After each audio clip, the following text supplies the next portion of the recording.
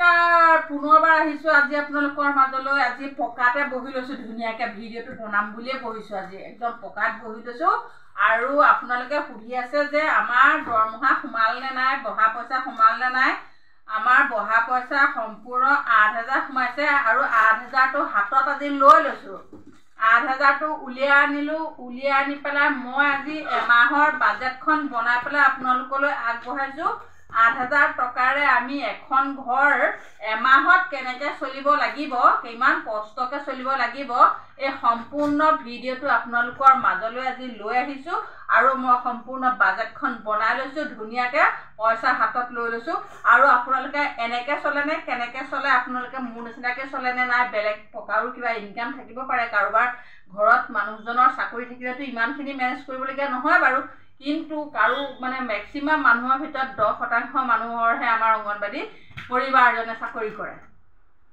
মানে মালিকজনে চাকৰি কৰে কিন্তু 90% মানুহৰে হয়তো মহিলাগৰাকী ইনকামৰ মানে খেতি বাতি থাকিলেও ঘৰখন মেনেজ কৰিবলগীয়া হয় অংগনবাড়ী পইচাকেইটাই এতিয়া কথা হ'ল আমাৰো ঠিক তেনেকুৱাই ব্যৱসায় বাণিজ্য আৰু মোৰ পইচাকেইটাই মানে মিলাবলগীয়া হয় সেইকাৰণে ভাবিলোঁ ৮,০০০ টকাটোৰ সম্পূৰ্ণ বাজেটখন আপোনালোকলৈ আজি আগবঢ়াই দিলোঁ আৰু সোমালে ৮,০০০ টকা 4-5 তাৰিখ মানে সোমালে আৰু উলিয়াই আনিলোঁ আপোনালোকক ক'বলৈও সময় পোৱা নাই কাৰণ এইবিলাকত দৌৰাদৌৰি কৰি থকা নাই জানো মুখ্যমন্ত্ৰীৰ লগত দৌৰিলোঁ ক'ৰবালৈ দৌৰিলোঁ বিত্তমন্ত্ৰীৰ লগত দৌৰিলোঁ সেইবিলাকত কৈ থাকোঁতে এইটো ভিডিঅ' থাকি গ'ল এতিয়া আহিলোঁ ৮,০০০ টকা মোৰ হাতত সম্পূৰ্ণ ৮,০০০ টকা মই উলিয়াই ল'লোঁ দেখিছেনে ৮,০০০ টকা সম্পূৰ্ণ লৈ লৈছোঁ এতিয়া কথা হ'ল প্ৰথমৰ পৰা আমি আৰম্ভ কৰি দিওঁ এতিয়া আমাৰ মাহেকত ঘৰখন চলিবলৈ কিমান পইচা লাগে আপোনালোকক কওঁ শুনক প্ৰথমে নিজৰটো দায়িত্ব আমাৰ যিটো চৰকাৰী দায়িত্ব সেইটোৱে ক'ব লাগিব নহয় জানো মই মোৰ ঘৰৰ পৰা স্কুলৰ দূৰত্ব মানে মিনিমাম 15 কিলোমিটাৰ আপ ডাউন আৰু 15 কিলোমিটাৰত মোৰ এদিনত খৰচ হয় মিনিমাম 40 টকা তেল স্কুটিত যাওঁ মই আৰু তেলত যদি মোৰ 40 টকাকৈ ডেইলি খৰচ হয় তেতিয়াহ'লে মোৰ 25 দিনত একেবাৰে নাই বুলিও মানে মিনিমাম 1,000 টকা মই তেলত ধৰি ল'লোঁ আৰু আমাৰ যাবই লাগিব ডেইলি বন্ধৰ দিনাখন দেওবাৰে বন্ধ পাওঁ সেইদিনাখন আমি নাযাওঁ বাকী কেইদিনত আমি 8:30 বা 9টাৰ ভিতৰত 9টাতো বহুত দেৰি হৈ যায় বাৰু 9টালৈ থাকিলে নহ'ব আমি GPS-ত ফটো দিব লাগে আমি যাব লাগিবই মাছ দি কোনো ফাং ফুং নাই 1,000 হয়নে তাৰপৰা আহিলে লাইটৰ বিল আমাৰ কোনোবাৰ আহে 800 কোনোবাৰ মাহে আহে 700 কোনোবা মাহত আহে 600 এইবাৰ মোৰ লাইটৰ বিল আহিলে 700 টকা এইফালে 700 টকাৰে 500 থলোঁ আৰু 200 এইফালে গুচি আহিলে হয়নে তাৰপৰা আহিলে এই সৰু ল'ৰাটো যে দেখিছে মোৰ সৰু ল'ৰাটোৰ লগত আৰু মেক্সিমাম মানুহৰ সৰু ল'ৰা ছোৱালী থাকে কিছুমানৰ একে ডাঙৰ হ'ল উচ্চ শিক্ষা লৈ আছে এই ল'ৰাটোৰ নামত যদি মই প্ৰাইভেটত দিওঁ তেতিয়াহ'লে গাড়ী ভাড়া লাগিল মাহে 600-700 টকা আৰু ইফালে স্কুলত দিব লাগে আপোনাৰ 400 বা 500 টকা মানে মাহে আৰু বেগ পেঞ্চিল এইবিলাকতো এনেই নিদিয়ে নহয় জানো সেইবিলাকতো খৰচ আছে গতিকে 7-7ৰে মিলাই মই তাৰ নামত ধৰি ল'লোঁ 1,000 টকা ধৰি ল'লোঁ 1,000 টকা তাৰপিছত আহিলে ডাঙৰ ল'ৰাটো মই গভৰ্ণমেণ্ট স্কুলত দিছোঁ কোনো ফাক ফুক নাই কোনো ষ্টেণ্ডাৰ্ড কোৱালিটি কৰিব মানে ষ্টেণ্ডাৰ্ড মানে কভাৰ কৰিবলৈ বনাই যোৱা ডাঙৰ ল'ৰাটো মোৰ ক্লাছ 7ত তাক মই টিউশ্যন ফিজ দিব লাগে মাহে 800 টকা আৰু মানে ড্ৰয়িং স্কুলত দিব লাগে মাহে 200 টকাকৈ সেই তাৰ লগত লাগিলে আৰু তাক মানে মুখস্থ বেছি লিখিলে তেতিয়া বহীবিলাক বহুত বেছি প্ৰয়োজন হয় আৰু আপোনাৰ বহীৰ লগত পেন আজিকালি ৰিফিলত তেনেই ইমান কণমান ৰিফিল থাকে 2টা পেজ লিখোঁতেনে ৰিফিল শেষ হয় তাৰ লগত লাগিলে 1,000 টকা তাৰপিছত আহিলে প্ৰতি মাহে এটা চিলিণ্ডাৰৰ দাম 1,000 টকা আপোনালোকে সকলোৱে জানে 1,000 টকা 2 টকা কম গতিকে এটা চিলিণ্ডাৰ এখন ঘৰত খুব বেছি 2 মাহ যায়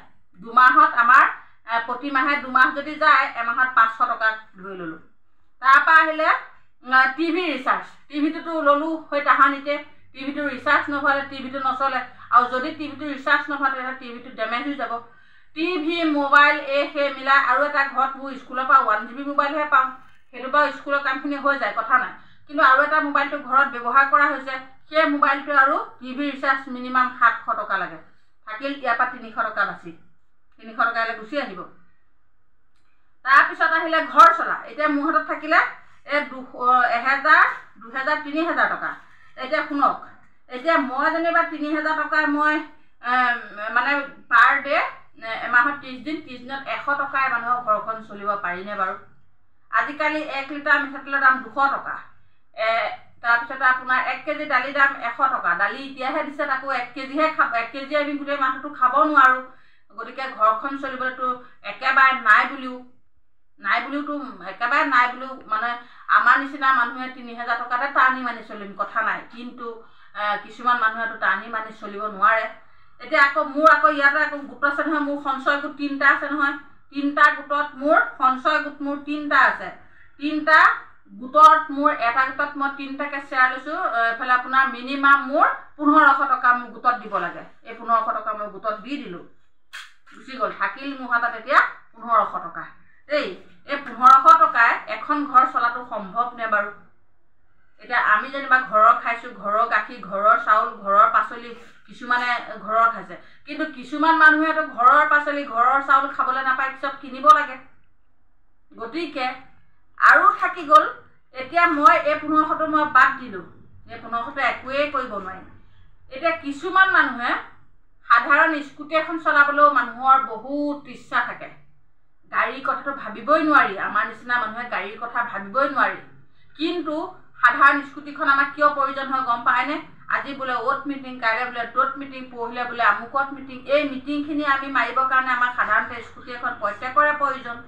আৰু কিছুমানে স্কুটিখন আধা মানে ইনষ্টলমেণ্ট দি পেলাই ল'ম বুলি আধা ডাউন পে'মেণ্ট দি লৈ লোৱাৰ পিছত কিস্তি দিবলৈ 3000 টকা ক'ৰ পৰা দিব? এয়া চাওক না, 1500 টকাহে বাদ থাকিলে। 3000 টকা বা 2000 টকা বা 2500 টকা ইনষ্টলমেণ্ট ক'ৰ পৰা দিব স্কুটিখনক?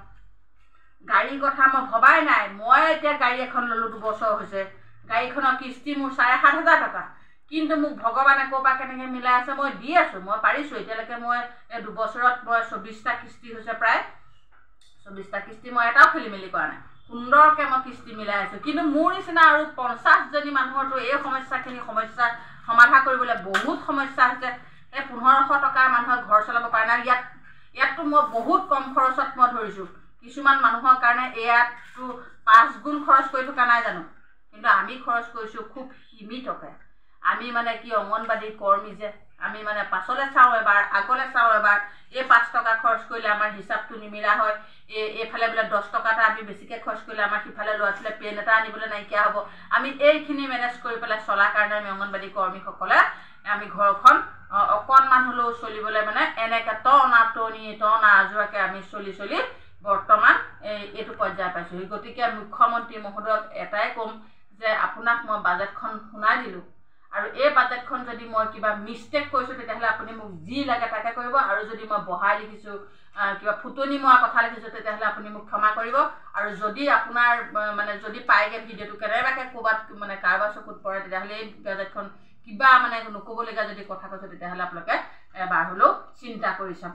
এতিয়া এই ল'ৰাটোৱে মোক কৈ আছে, কোৱা তুমি মোৰ আগত কৈ আছিলা নহয়, কোৱা।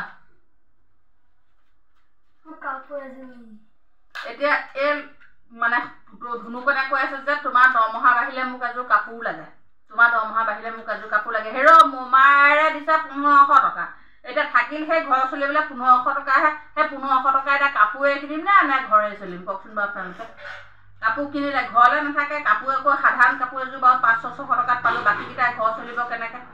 গতিকে এই 8000 টকাৰে আমি কেনেকৈ দৌৰিকৈ আমি চলাবলগীয়া হৈছে, দেখিছেনে? কিমান কষ্ট কৰি, কিমান টনাটনিকৈ আমি বাজেটখন বনাবলগীয়া হৈছে। সেইকাৰণে আপোনালোকৰ আগত দাঙি ধৰিলোঁ।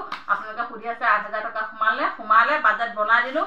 আৰু আপোনালোকে সকলোৱে বাজেটখন কেনেকুৱা আছে আপোনালোকে কমেণ্ট কৰিব, জনাব। আপোনালোকে ইয়াতকৈ মোৰ বাজেটখন খুব কম খৰচত লিখিছোঁ, ইয়াতকৈ কোনোবাই বেছি খৰচো কৰিব পাৰে, কোনোবাই কম খৰচো কৰিব পাৰে, তাতকৈ ক'বলগীয়া নাই। মই যিখন বাজেট বনাইছোঁ এইখন বাজেটে মেক্সিমাম মানুহে এনেকৈ টনাটনিকৈ চলি আছে। ধন্যবাদ। আজি ভিডিঅ'টো ইমানতে সামৰণি মাৰিছোঁ তেতিয়াহ'লে।